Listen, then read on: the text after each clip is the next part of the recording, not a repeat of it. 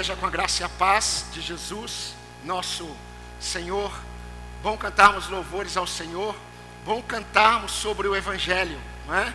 Que bênção, nós já somos edificados nos momentos dos louvores, com a palavra de Deus quando é lida, quando os irmãos oram ao Senhor, e até agora nós falamos ao nosso Deus, nós nos dirigimos como igreja ao nosso Senhor. Este é o momento em que nós nos silenciamos para ouvir a voz do nosso Senhor.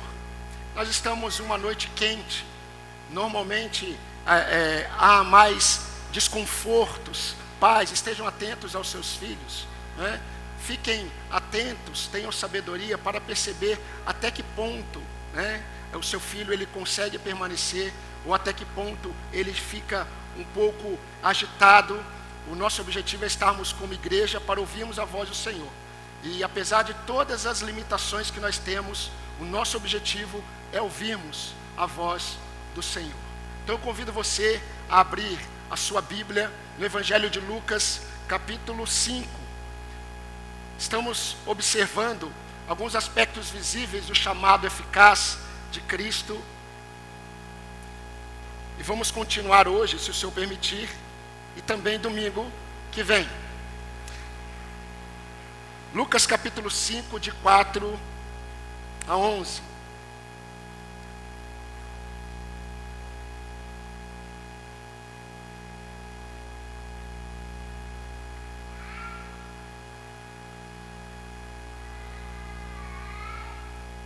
Peço que os irmãos me acompanhem na leitura. Versículo 4. Diz assim: quando acabou de falar, Jesus disse a Simão: leve o barco para o lugar mais fundo do lago, e então lance as redes de vocês para pescar. Em resposta, Simão disse: mestre, havendo trabalhado toda a noite, nada apanhamos, mas sobre essa sua palavra eu lançarei as redes. Fazendo isso, apanharam grande quantidade de peixes, e as redes deles começaram a se romper. Então fizeram sinais aos companheiros do outro barco, para que fossem ajudá-los, e foram, e encheram ambos os barcos, a ponto de quase afundarem. Vendo isto, Simão Pedro prostrou-se aos pés de Jesus, dizendo: Senhor, afaste-se de mim, porque eu sou pecador. Pois à vista da pesca que fizeram, a admiração se apoderou de Pedro e de todos os seus companheiros, bem como de Tiago e João, filhos de Zebedeu, que eram seus sócios. Então Jesus disse a Simão: não tenha medo, de agora em diante você será pescador de gente. E arrastando eles os barcos para a praia, deixando tudo, o seguiram. Amém. Meus irmãos, olhando para essa narrativa, à luz da revelação de Deus, nós vimos que o Senhor, Ele está conduzindo toda a história para o cumprimento de seus propósitos eternos, de salvar da condenação o seu povo, formado por todos aqueles que creem em Jesus Cristo, de todas as épocas. E nós estamos observando que não apenas o Senhor tem o propósito de salvar o seu povo, nessa revelação progressiva de Deus, nós percebemos que o Senhor deseja conceder vida eterna ao seu povo, a todo aquele que crê. E a vida eterna não apenas significa você estar em um estado, em uma posição diferente da terrena. Vida eterna significa conhecer o Filho e conhecer o Pai. Jesus disse isso em sua oração em João 17, versículo 3. E nós vimos, queridos, que aquilo que Lucas narrou no capítulo 4, ou seja, o momento em que Jesus Cristo ele sai de Nazaré, porque ele em Nazaré ele foi desprezado devido à incredulidade. A mudança de Jesus Cristo para a região da Galileia, nada estava pautado nas circunstâncias, nada estava pautado em mudanças circunstanciais, mas em seus planos eternos. Assim como a conversão de cada homem e cada mulher nunca esteve e nunca estará pautado em circunstâncias, muito menos na ação volitiva do pecador. Sempre está fundamentado na obra soberana de Deus.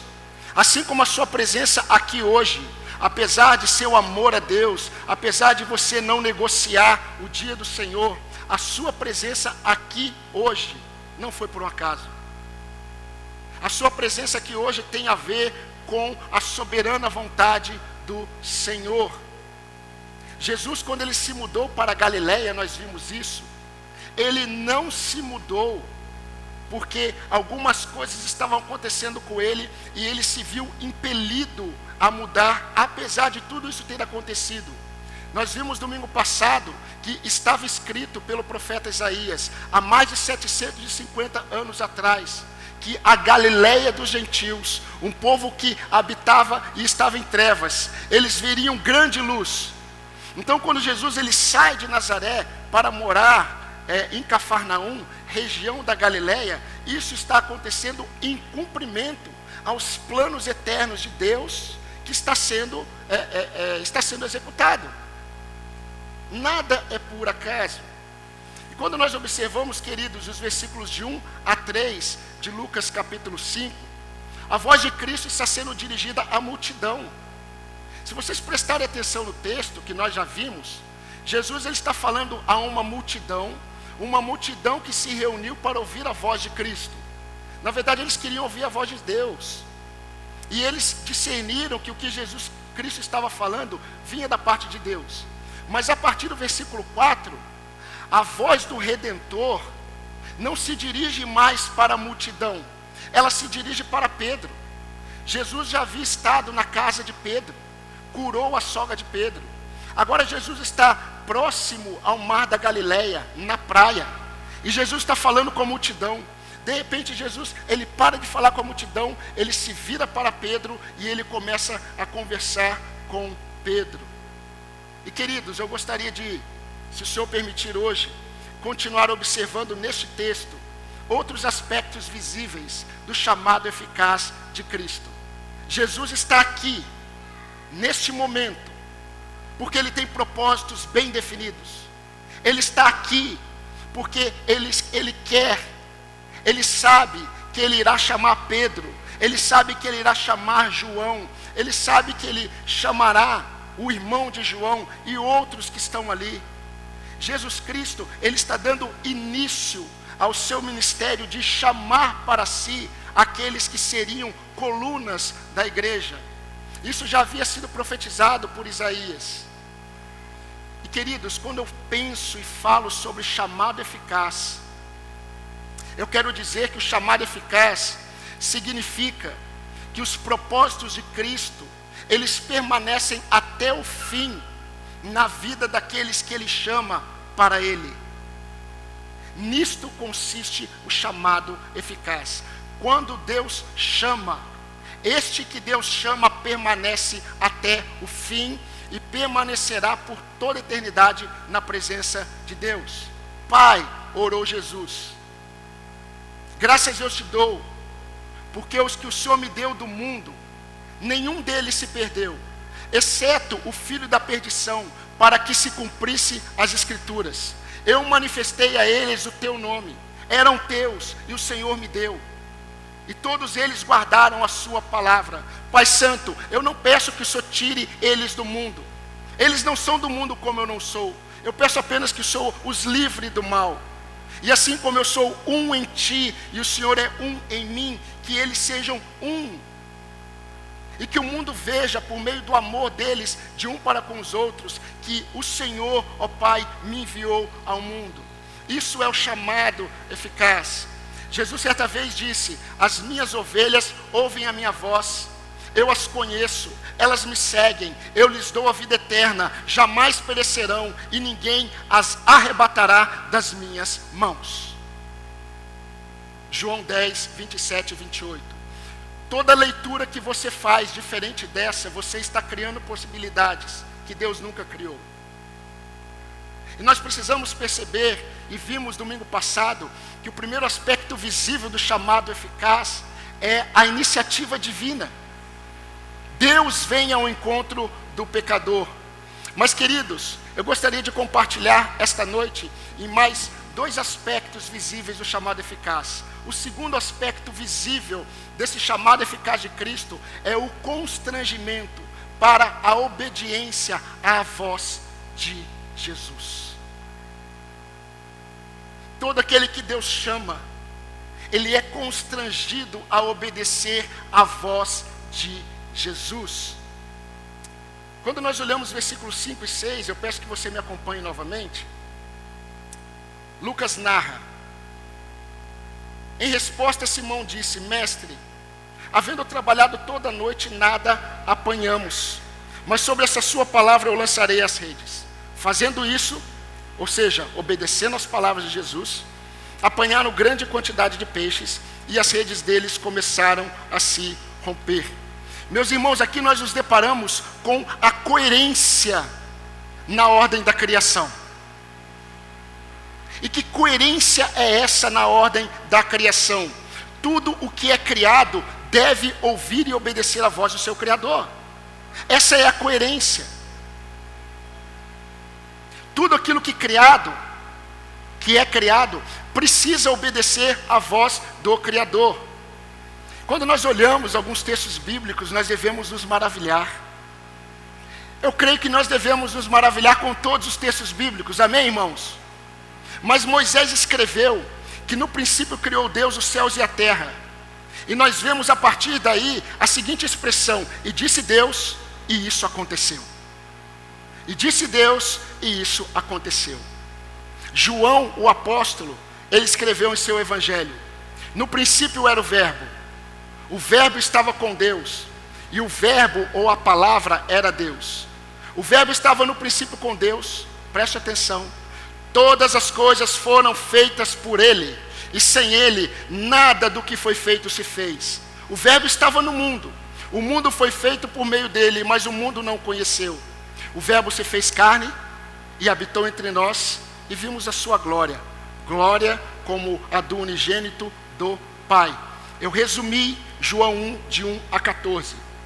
O apóstolo Paulo escreveu aos Colossenses, ele disse: pois nele foram criadas todas as coisas, nos céus e sobre a terra, as visíveis e as invisíveis, sejam tronos, sejam soberanias, quer principados, quer potestades, tudo foi criado por meio dele e para ele.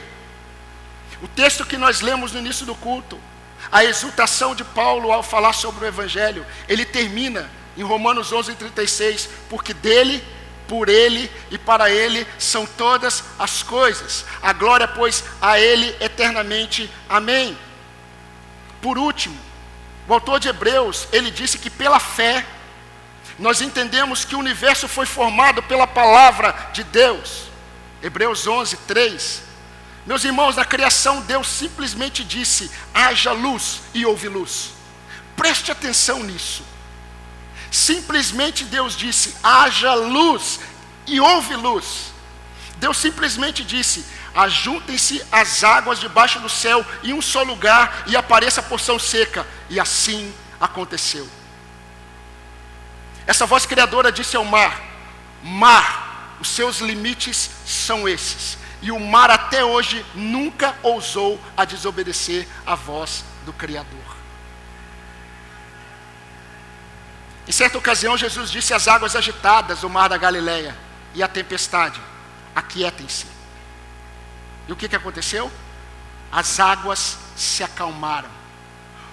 O vento tempestuoso se acalmou e se tornou uma brisa. Em outra ocasião Jesus disse ao paralítico: levanta-te e anda. E o que aconteceu? O paralítico levantou e andou. Em outra ocasião Jesus disse a um morto de 4 dias: saia da sepultura. E o morto saiu. Meus queridos, os versículos de 1 a 3, a voz do verbo criador. Isso que vocês precisam ter em mente. Esse que está falando com Pedro é a palavra criadora que se fez carne. E o verbo criador, pelo qual o universo foi criado e pelo qual o universo hoje é sustentado, se dirige para Pedro, sai da multidão, ele para de falar com a multidão, ele se dirige a Pedro, e no versículo 4, o Redentor diz a Pedro: leve o barco para a parte mais funda do lago, e então lance as redes para você pescar. Meus irmãos, é interessante notar que quando Jesus disse isso para Pedro: Pedro, se afaste, vá para a parte mais funda, a gente não encontra Jesus descendo do barco. Jesus está no barco com Pedro. Porque o Senhor nunca pede algo para um discípulo seu fazer, em que ele não esteja presente, manifestando a sua graça e o seu poder. Tudo o que Jesus diz, faça, Ele está presente. Sempre. E eu acho muito interessante porque Jesus não tinha um sonar. Hoje em dia quem vai pescar, tem o sonar. O barco vai navegando e vai observando tudo que está debaixo d'água naquele lugar. E quando passa algum cardume, o pescador já sabe que aqui tem peixe. Jesus não tinha nenhum sonar quando disse para Pedro: Pedro, vá para a parte mais funda e lance as redes. Mas irmãos, eu creio que quando Jesus disse isso a Pedro, todos os peixes do mar da Galileia partiram para aquele lugar. Eu creio. Naquela corrida frenética para obedecer o Criador. Charles Spurgeon, ele disse que Jesus tinha tanta autoridade sobre a criação, que quando Jesus na cruz disse: tenho sede, todos os ribeiros e nascentes do mundo se colocaram à disposição para saciar a sede do Criador. Seria um prazer para as nascentes de água saciar a sede do seu Criador. Mas o homem pecador coloca vinagre na boca dele. O nosso Deus é um Deus que fala, e toda palavra que sai da sua boca deve ser obedecida imediatamente, porque Ele é o Criador e Senhor de toda a terra. Não há nada na criação que ouse desobedecer a voz do Criador, exceto Satanás e seus demônios e o homem, devido à sua soberba, arrogância e rebeldia. Mas uma observação: isso só acontece porque Deus, em sua infinita sabedoria e misericórdia, permite por um breve tempo. Porque haverá o tempo em que Ele aniquilará todo o mal com o sopro da sua boca. 2 Tessalonicenses 2:8.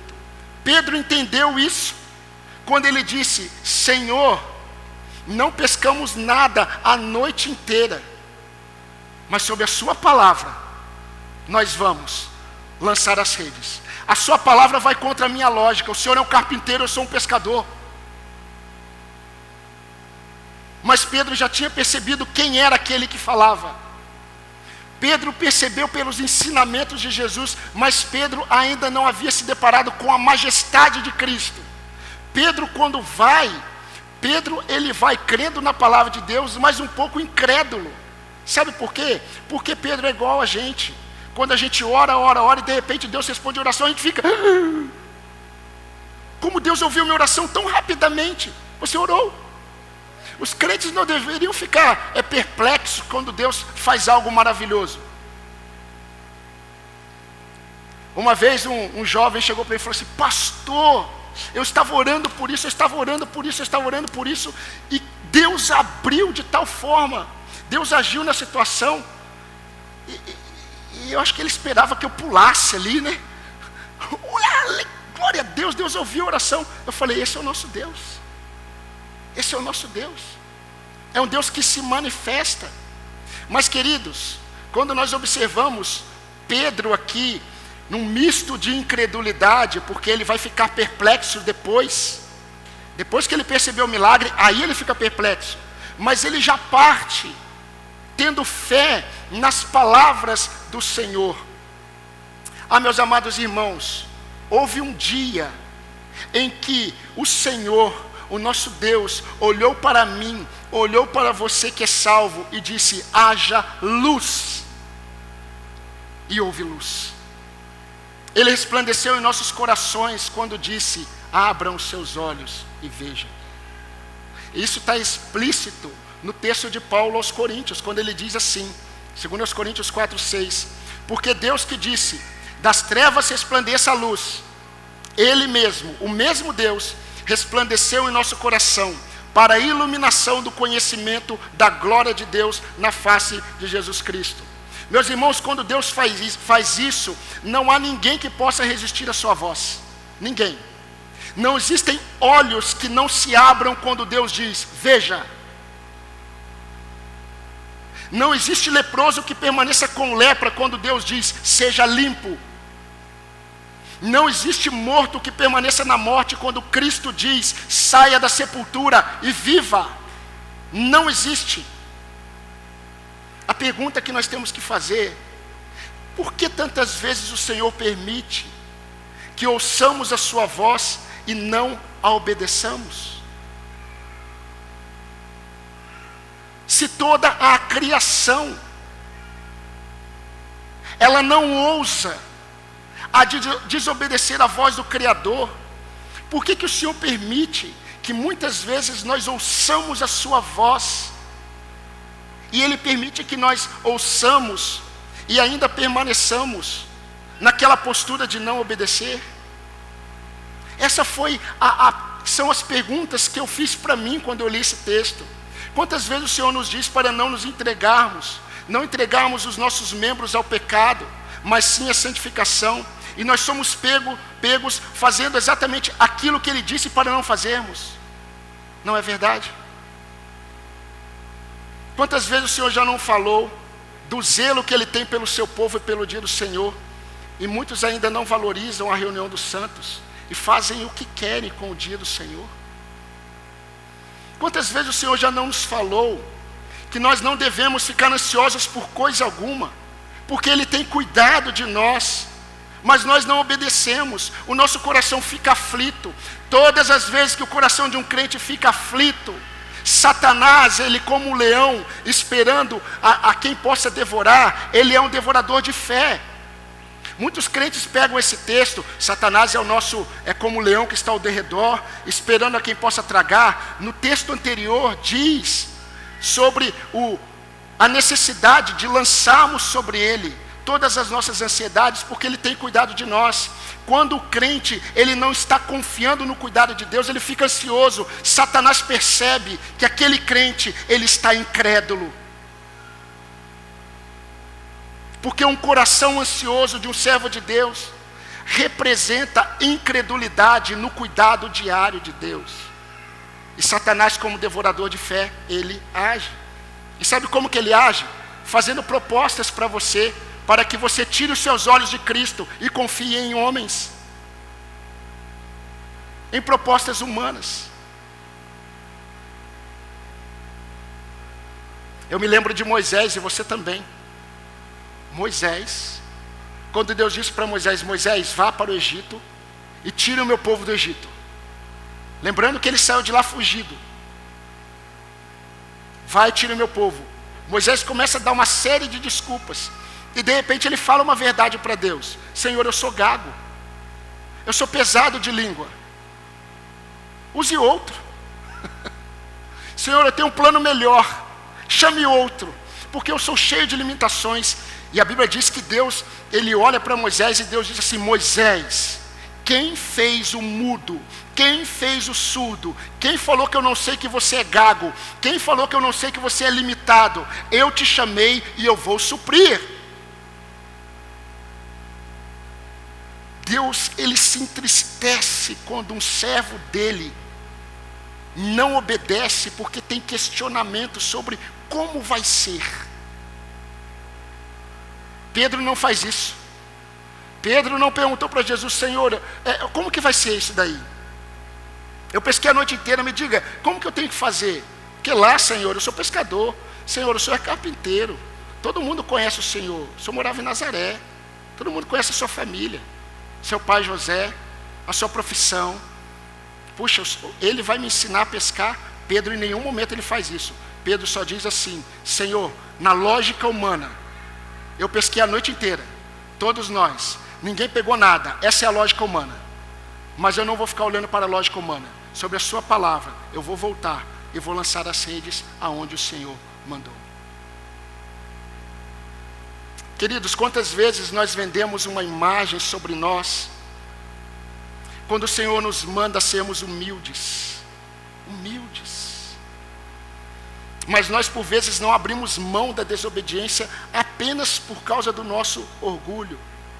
Quantas vezes o Senhor nos disse que nós devemos vigiar e não nos dedicarmos aos negócios dessa vida? Mas quantos crentes estão entregues a este mundo de tal forma que passam uma semana sem desejar a vinda de Cristo? Eu não consigo imaginar uma semana sem pensar na volta do meu Redentor. Nós não podemos, como servos de Deus, perdemos de vista que as coisas dessa vida devem ser administradas sempre na perspectiva de algo melhor em Cristo. Porque Deus nos disse isso. Mas quantas vezes nós não obedecemos? E aí eu fui chegando a algumas conclusões. Se toda a criação não ousa desobedecer à voz do Criador, por que então que nós fazemos isso? As conclusões que eu cheguei para a minha vida é que nós não cremos o suficiente a ponto de obedecermos. Porque sempre temos desculpas para não obedecermos. Porque nos incomodamos quando as coisas não acontecem do nosso jeito. Porque não cremos em sua voz o suficiente a ponto de nos entregarmos a ela. Aí uma outra pergunta surgiu no meu coração. Mas se sendo Deus o Criador, Ele nos diz para fazer algo, e nós não fazemos, por que que Ele não age e não nos disciplina com severidade? E a resposta que eu chego é que o nosso Deus, Ele quer que nós sejamos constrangidos pelo seu amor e graça, e não pela sua severidade. Quando o apóstolo Paulo escreveu, porque o amor de Cristo nos constrange, a ideia é que o amor de Cristo nos domina. E logo depois ele diz, um morreu por todos, logo todos morreram. E ele morreu por todos para que os que vivem, não vivam mais para si mesmos, mas para aquele que por eles morreu e ressuscitou. E isso acontece por causa do seu amor. Nós somos levados por Deus a um constrangimento, para ouvirmos a voz do Senhor, uma voz amorosa, que poderia nos disciplinar a qualquer momento com severidade, simplesmente por não darmos ouvidos à sua voz. A voz de Cristo nos constrange à obediência, porque a sua palavra é digna de confiança. Agora, não é interessante aqui a resposta de Pedro, quando ele diz, mestre, havendo pescado a noite toda, nós não pegamos nada. Não revela o questionamento de Pedro. Pedro está se deparando com uma situação de, Senhor, não há fundamento lógico para isso. Mas quem falou que quando eu olho para o Senhor eu me deparo com lógica? O Senhor apareceu na casa da minha sogra, simplesmente repreendeu. A palavra repreendeu é que Jesus, ele deu uma exortação dura para a febre. Aí nós não sabemos se a febre era um espírito ou alguma coisa maligno. Mas Jesus, ele tem tanta autoridade que se Jesus pensar, acontece. Certa vez uma mulher cirofenícia chegou até Jesus e falou, Senhor, a minha filha está terrivelmente endemoniada. E Jesus olhou para ela, ensinando os seus discípulos, e disse assim, não posso tirar o pão dos filhos e dar aos cachorrinhos. E aquela mulher olhou para Jesus e falou assim, Senhor, mas os cães comem as migalhas que caem da mesa do seu Senhor. E Jesus diz assim para ela, vai, o espírito já saiu. Jesus não precisou parar e falar assim, calma aí, vou orar. Pai, expulsa o demônio lá. Jesus só disse assim, pode ir. O espírito já deixou a sua filha. Eu creio que o espírito deixou a filha daquela mulher antes da mulher começar a conversar com Jesus. Porque Jesus já sabia de tudo que iria acontecer. Ele conhecia todas as coisas. Mas ele tem tanta autoridade que só ele pensar. Pedro, ele não sabia, meus irmãos, assim como muitas vezes nós não temos noção das coisas. Mas se nós olhamos para Jesus e entendemos que é a voz do Criador, Não dá para questionar. Não dá para ficar esperando uma resposta lógica. Apenas confie. Confie. Porque Ele nunca diz para você fazer algo e Ele vai embora. Ele está presente. Em um momento que Ele percebeu que os discípulos ficariam angustiados, porque Ele sairia da presença deles, Jesus disse: eu vou, mas eu voltarei para vós outros. Eu não vos deixarei órfãos. Meus irmãos, Lucas registra no versículo 6, que Pedro, fazendo isso, experimentou o milagre. Deixa eu dizer uma verdade para você. Os milagres de Deus, eles não acontecem depois que nós entendemos pela lógica. Os milagres de Deus, eles normalmente acontecem quando nós obedecemos pela fé. Nunca esteve na mente de Deus que a gente precisa primeiro entender para poder confiar. Você precisa apenas crer. Crer. Talvez um dia você entenda, talvez não. Mas a questão não é se eu entendo ou não. A questão é o quanto eu creio, o quanto eu confio. O constrangimento para a obediência à voz do Senhor é o segundo aspecto visível daqueles que são chamados por Cristo. Deixa eu fazer uma pergunta para você. O que você está esperando para obedecer à voz do seu Criador? Se você já sabe o que você precisa fazer. Um terceiro aspecto visível, e é o último de hoje que eu quero compartilhar, é o constrangimento à humilhação. O primeiro aspecto visível é a iniciativa divina. O segundo aspecto, o aspecto visível do chamado eficaz é o constrangimento à obediência à voz de Cristo. O terceiro aspecto visível é o constrangimento à humilhação.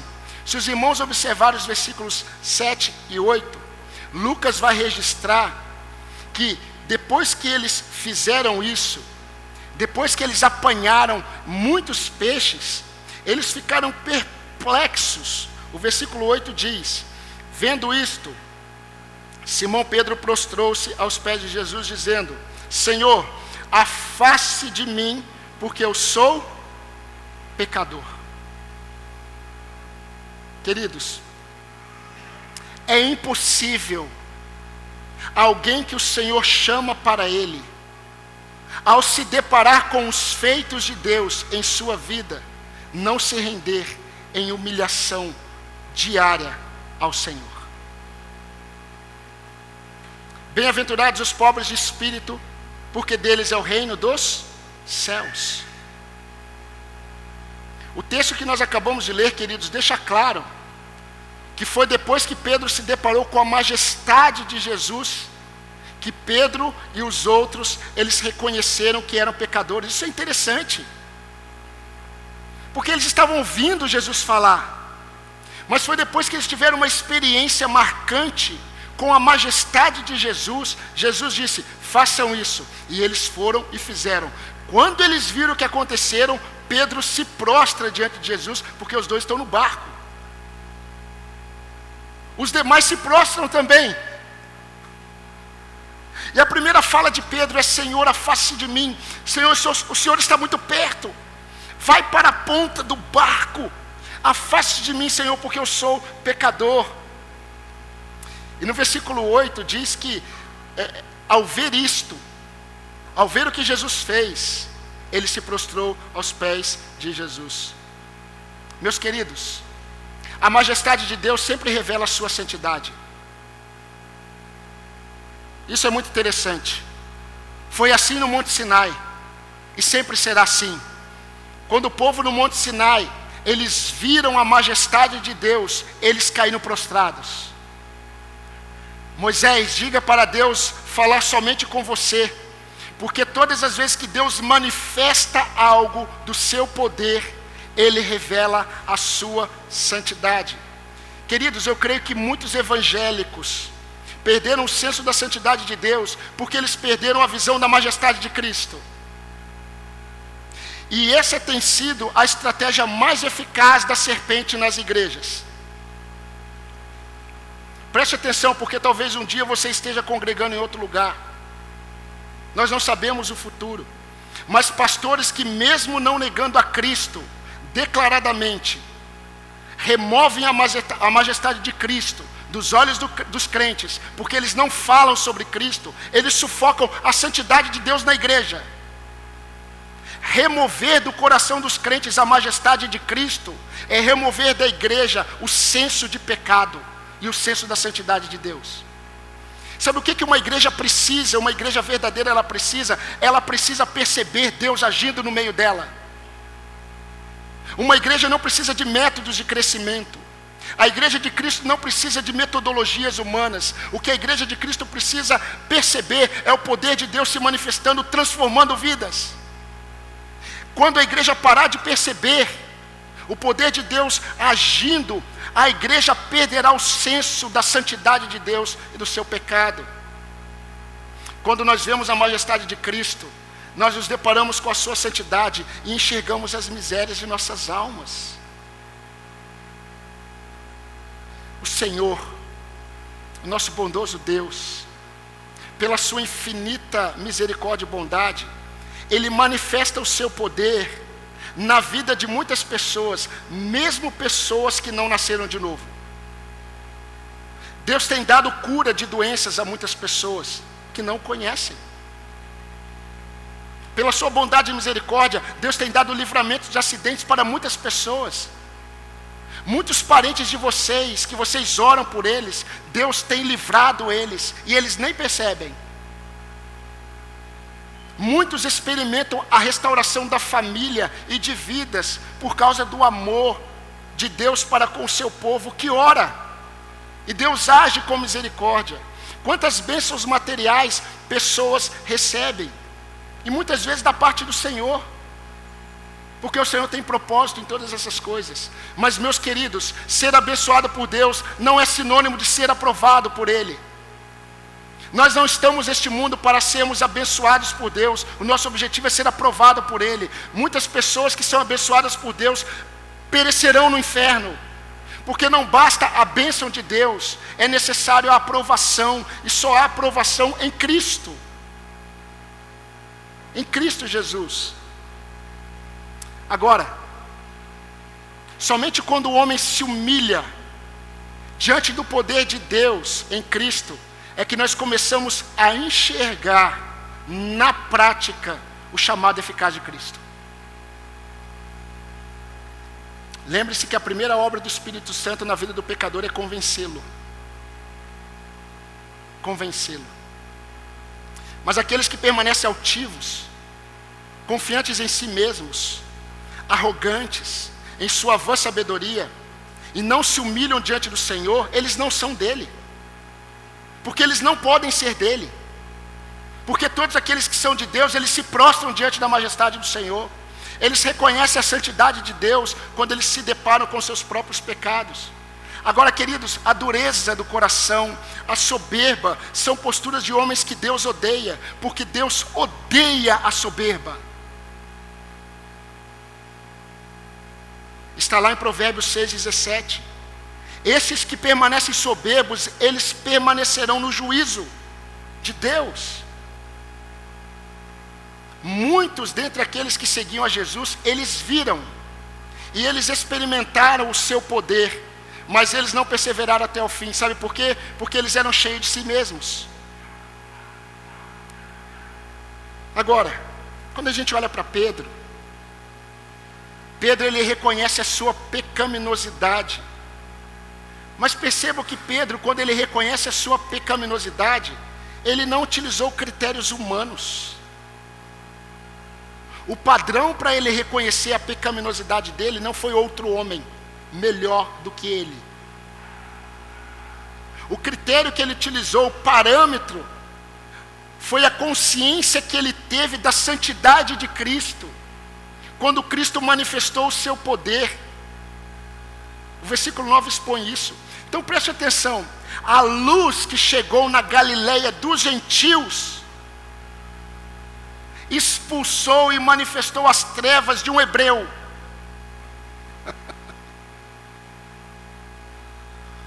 Jesus foi para a Galileia dos gentios. mas ele tinha o foco de salvar um hebreu ali. Porque através desse hebreu, muitos viriam ao conhecimento de Cristo. E Pedro se curvou. A Bíblia diz que Pedro se curva e Pedro pensa. Não está no texto, mas eu imagino. Assim como eu imagino que todos os peixes nadaram para a região mais funda, eu creio que Pedro pensou assim: eu não mereço o Senhor. Eu não mereço. Eu não sou digno, Senhor. Agora ele diz: afaste-se. Porque só pode dizer Senhor, afaste-se, quando há primeiro o reconhecimento. Eu não sou digno. Eu não mereço. Senhor, se afaste. Mas ele não diz se afaste na mesma postura, na mesma altura de Cristo. Ele se prostra. E ele diz: afaste-se de mim, porque eu sou pecador. Quando nós não nos prostramos em humilhação diante da majestade de Jesus, nós não reconhecemos de fato o nosso tamanho diante do Criador.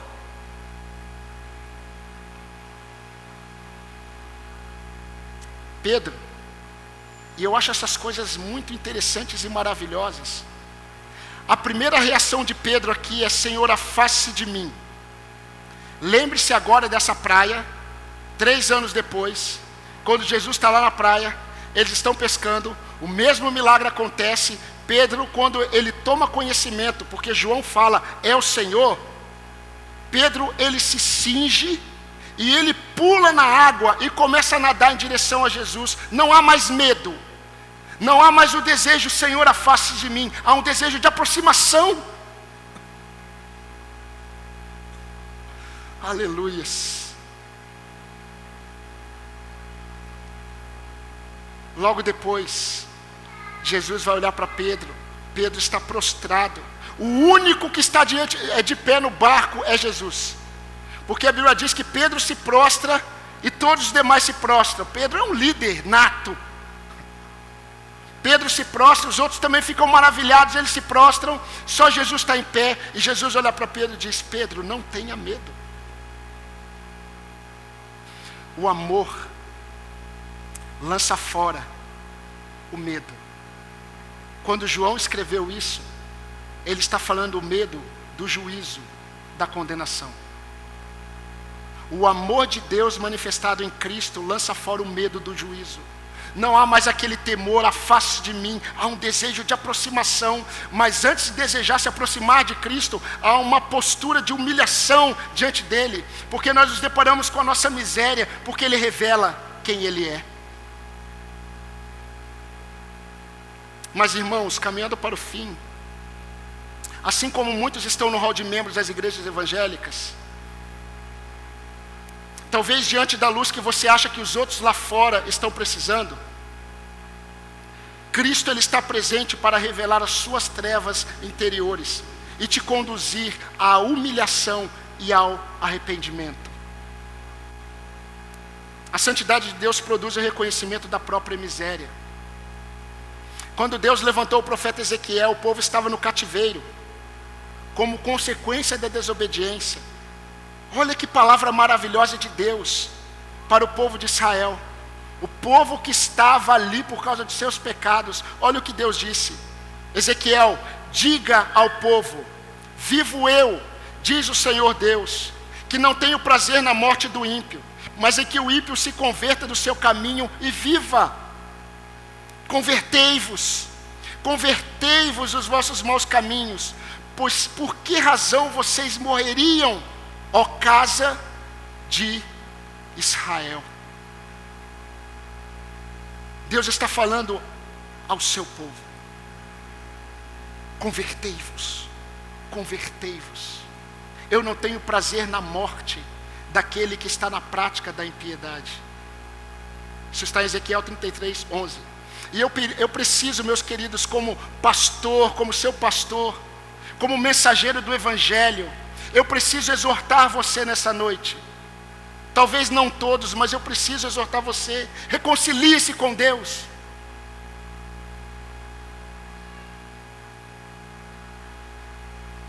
Por que até hoje você não se entregou plenamente a Jesus? sendo que Ele tem te chamado há tanto tempo para ser dele. Mesmo que o Senhor, quando Ele diz, acontece, o Senhor permite que você experimente por muito tempo, talvez, a loucura de resistir ao seu chamado. Entenda que ser membro de uma igreja evangélica não livra você da condenação eterna. E você tem ouvido, você tem visto, você tem percebido o agir de Deus no meio do povo de Deus, mas você permanece altivo, você permanece soberbo, e você não se prostra diante de Jesus, reconhecendo a sua miséria. Por quê? Porque pecador, você acredita que é mais sábio do que Ele, e resiste ser tirado do lamaçal, do pecado, que a sua vida revela. Jesus, no versículo 31 e 32, Ele diz assim, no capítulo 5, Jesus tomou a palavra e disse: os sãos não precisam de médico, e sim os doentes.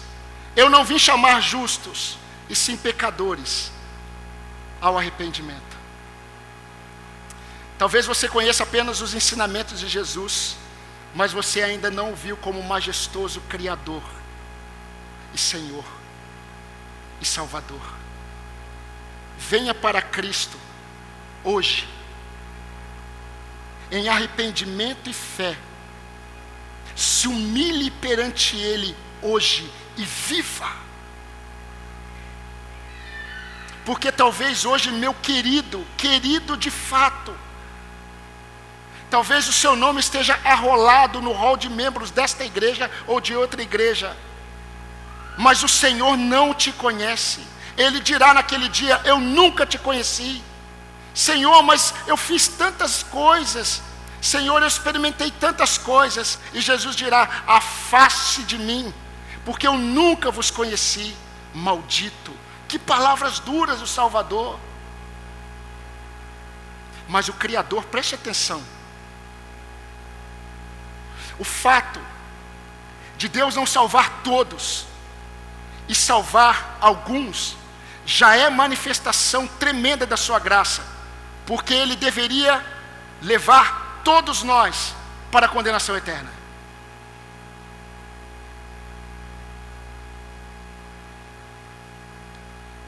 Mas eu sei que muitos estão ouvindo e permanecerão duros em seus corações.